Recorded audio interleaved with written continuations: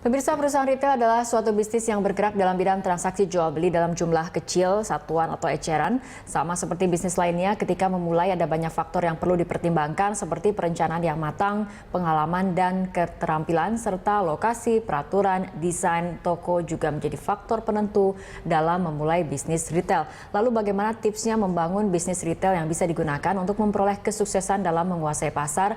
Langsung saja kita akan membahasnya bersama Ketua Umum Asosiasi Pengusaha Retail Indonesia, Bapak Roy Mande. Selamat pagi, Pak Roy. Selamat pagi, Rara. Terima kasih telah bersama kami di Studio Berita 1. Pak Roy, sebelum kita membahas bagaimana sebetulnya membangun bisnis retail di Indonesia, kita berbicara dulu nih, bagaimana sebetulnya potensi retail di Indonesia mempertimbangkan mungkin kondisi ekonomi global dan juga kekuatan ekonomi domestik. Baik. Industri retail di Indonesia merupakan industri yang menjanjikan, ya, promising industry atau kita katakan sebagai penyangga juga ekonomi daripada GDP kita.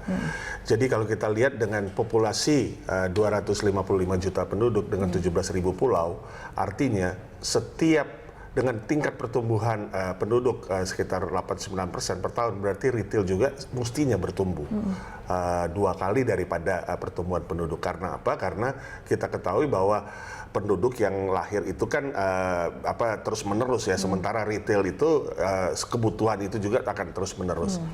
Nah, jadi dengan kata lain bahwa Indonesia ini kalau kita lihat dengan retail modern kami, anggota retail modern dalam Aprindo itu hanya 35.000 toko. Okay. Sementara kalau kita lihat perbandingan 1 juta penduduk itu lebih kurang hampir sekitar direpresentasikan dengan 60 toko. Nah, kita bandingkan saja dengan Taiwan, ya, 1 juta penduduk itu sudah hampir 140 toko. Kita bandingkan dengan China lebih jauh lagi, 1 juta penduduk itu sudah hampir 200 toko. Jadi dengan kata lain, itu yang menyebabkan salah satu alasan bahwa retail di Indonesia masih menjanjikan. Kemudian yang kedua, kita ketahui bahwa productivity di Indonesia itu sebenarnya memiliki nilai yang sangat signifikan. Artinya apa? Begitu banyak sumber daya yang bisa diolah, sumber daya yang bisa diproduksi sehingga itu dapat dijual di retail. Nah, ini kan berbanding terbalik dengan negara-negara ASEAN yang lainnya, yang katakanlah mungkin hanya 20 atau 30% dari luasan Indonesia.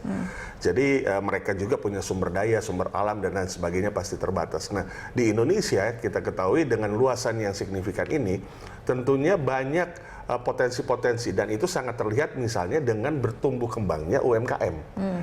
UMKM ini adalah pondasi ekonomi Indonesia, di mana kita ketahui yang menyangga ekonomi Indonesia sebenarnya juga adalah UMKM ini. Nah, dengan kata lain apa? UMKM yang masuk ke retail itu adalah menggambarkan bahwa betapa potensinya industri ini. Oke, artinya potensi retail di Indonesia ini masih kemudian menjanjikan. Kalau kita lihat dari segi regulasi dan juga infrastruktur, bagaimana kemudian ini berdampak ataupun berpengaruh terhadap ekspansi dari retail Indonesia itu sendiri? Dalam berbagai kesempatan, Aprindo sebagai juga mitra pemerintah dan juga tentunya bagian daripada pengusaha, itu dalam berbagai kesempatan menyampaikan bahwa industri retail ini layak juga untuk senantiasa diperhatikan. Kalau kita lihat paket deregulasi dari 1 sampai ke 12 yang diluncurkan dari 9 September sampai dengan bulan lalu, itu yang menyangga dengan industri retail itu baru sekitar dari 12 paket itu, baru paket pertama sebenarnya. Di paket pertama 9 September itu ada deregulasi yang diatur untuk memberikan daya saing bagi industri retail dan pengembangan. Artinya insentif dari segi kebijakan masih kurang? Artinya yang saya mau katakan bahwa sangat jauh sekali pemahaman bahwa industri retail ini yang harus diperhatikan. Karena apa? Sekarang yang diperhatikan lebih banyak di industri hulunya. Hulu, produksi, dan juga supplies dan manufacture dan lain sebagainya. Sementara kita ketahui arti daripada perdagangan itu adalah retail. Semestinya kementerian terkait yang namanya perdagangan itu ngurusnya mestinya lebih banyak ke perdagangannya. Perdagangan itu apa? Retail. Karena perdagangan itu berbicara interaksi antara pembeli dan penjual. Hakikat atau substansi daripada perdagangan. Jadi kalau sampai retail tidak dipikirkan secara signifikan, kemudian juga ditumbuh kembangkan daya saingnya, direlaksasi untuk aturan perizinannya, perpajakannya, insentif perpajakan dan sebagainya.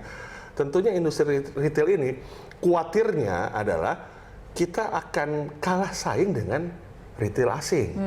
Karena kita ketahui bahwa retail asing ini masuk ke Indonesia ini melihat pasar Indonesia yang besar dan ini juga merupakan sesuatu hal yang artinya kita akan bersaing dengan mereka. Nah, Pak Roy, kita akan membahas lebih lanjut bagaimana sebetulnya daya saing retail lokal dengan ekspansi retail asing yang masuk ke dalam negeri. Kita akan bahas setelah jeda berikut. Terlebih dahulu, pemirsa tetaplah bersama kami. Market Corner akan segera kembali sesaat lagi.